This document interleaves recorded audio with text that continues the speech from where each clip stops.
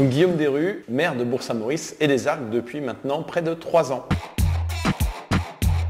En tout cas, c'est pas une ligne droite et en tout cas, j'ai jamais été programmé pour faire de la politique. J'ai jamais fait d'études de politique, j'ai jamais suivi de cursus ou de formation politique qui allait dans un sens. Et pourtant, un jour, je me suis demandé qu'est-ce que je pouvais faire pour justement apporter ma pierre à l'édifice de la construction collective. Alors ça a commencé par être dans le monde associatif et puis à un moment donné, je me suis retrouvé devant un film qui a été une vraie claque dans ma tête qui s'appelle Démocratie. Et ce film de démocratie, eh bien, il montre tous les exemples de démocratie participative dans le monde. Et je me suis dit, avec 4 copains autour d'une bière, on va monter une liste aux élections municipales. Oui, exactement. Dans ce film, on voit des exemples en France, notamment en Alsace, de pouvoir qui a été partagé entre la collectivité, les élus et les habitants. Et ce que j'ai trouvé absolument remarquable, c'est qu'on n'était plus dans la démocratie représentative où on donnait un blanc-seing pendant 6 ans à des élus, mais bien avec des interactions au fur et à mesure du mandat entre les habitants et les élus. Et ça, j'ai voulu absolument le transposer à notre belle commune de Haute-Tarentaise. Ça va peut-être être un peu cliché, mais moi, ma plus grande satisfaction, c'est quand mes gamins me disent « Ah, c'est trop bien ce que tu fais, papa ». Il faut accepter le temps long et il faut accepter le temps administratif. Dans le meilleur des cas, entre le moment où vous dites « Go, on va sur ce projet » et le moment où on peut effectivement en profiter, il se passe au moins 2 ans. Et ça, je parle pour un tout petit projet. Il y a beaucoup de lourdeur et de lenteur administrative qui font qu'on est obligé de ronger un peu son frein et un mandat électoral passe très vite. Et entre le moment où tu donnes un go pour un projet et le moment où il va être réalisé, peut-être que ça va être ton successeur qui va emporter les foules.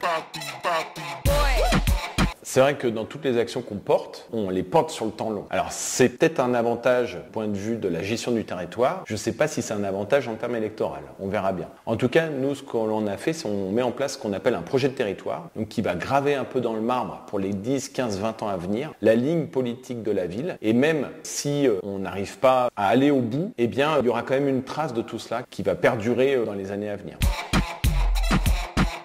Oui, j'ai eu des engagements associatifs, j'ai eu des engagements syndicaux, j'ai beaucoup d'appétence pour la justice ou en tout cas l'équité sociale. Je considère qu'on n'arrivera pas à changer le monde, notamment d'un point de vue environnemental, qui est une cause qui m'est chère, si on n'arrive pas à avoir la justice sociale qui va avec. Il y a eu récemment des polémiques là-dessus, en disant pourquoi il y a des ultra-riches qui se baladent en jet privé, et alors qu'on embête les petites gens avec le litre du gasoil. Pour moi, c'est vraiment ça. Voilà, il y a une vraie équité sur le territoire entre l'environnement, l'économie et le social. Son potentiel, je ne l'ai pas encore mesuré en fait. On en est vraiment à 1 an et demi là, de réalisation concrète. Avant, avec le Covid, c'était compliqué de la mettre en place. À Bourg, pour l'instant, on a 3 gros projets. Le conseil citoyen, donc 28 habitants tirés au sort et qui participent à des assemblées collégiales et qui permettent d'avoir un regard neuf. Le conseil des enfants, j'adore. Le regard des enfants, franchement, mais j'invite tout le monde à venir voir. C'est clair, c'est net, c'est précis et franchement, écoutons-les. Le 3e outil, c'est le budget participatif, avec des projets portés par des habitants, pour les habitants, avec une enveloppe quand même qui est conséquente à Bourg-Saint-Maurice de 100 000 €. Et avec ces 3 outils-là, eh bien, je fais confiance à l'intelligence collective et au partage des connaissances de ce qu'on peut apporter à la collectivité. Pour moi, c'est vraiment ça qui va permettre de faire ruisseler en fait la connaissance, l'état de fait de ce qu'il y a sur notre commune, sur notre collectivité. Par contre, les limites, ça prend du temps. Ça prend beaucoup de temps. J'ose espérer que ce temps-là, c'est du temps qui ne sera pas perdu après, puisque quand on a fait ces processus de concertation et de participation des habitants, en général, les projets ne sont pas remis en cause. Et le gros danger, on peut le voir dans l'actualité malheureusement en ce moment, quand on n'a pas associé le maximum de monde à des projets, eh bien on a de plus grandes chances qu'ils soient retoqués par la suite.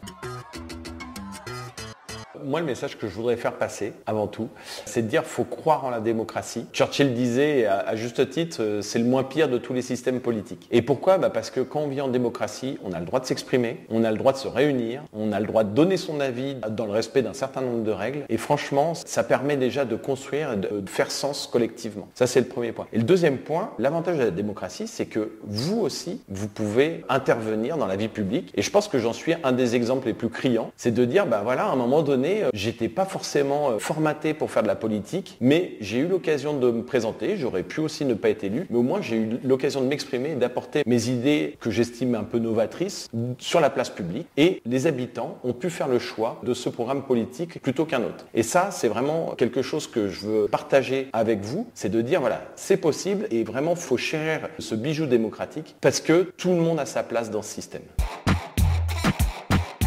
En ce moment, je suis plutôt des maires qui ont des responsabilités un peu identiques aux miennes. Et pour moi, il y a 2 maires qui m'ont vraiment inspiré. C'est Jost Spiegel, une commune en Alsace. Donc Jost Spiegel, qui est justement nommé dans le film Démocratie, où on montre tout le processus qu'il a mis dans sa commune. Et il y a Jean-François Caron, qui est le maire de Los-en-Gohelle, dans le nord de la France, et qui, il y a plus de 20 ans, mettait sa commune en transition. Donc il y a plus de 20 ans, c'est-à-dire à quel point il était novateur. Dans les années 2000, on ne parlait pas du tout de transition. Et donc ça, c'est 2 personnages qui ont maintenant un âge certain, qui ont réussi à être avant tout le monde dans ce processus de transition des territoires, en se disant, on ne peut plus continuer comme cela, et donc on va amener notre territoire à réfléchir autrement. Ces personnes avaient au moins 25 ans d'avance.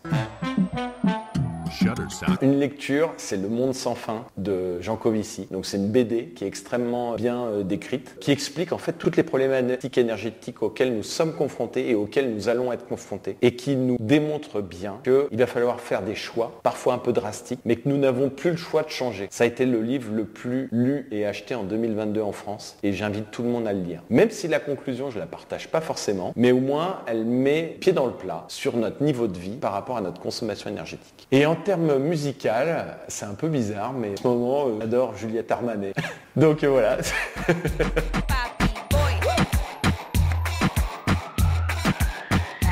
Switch it.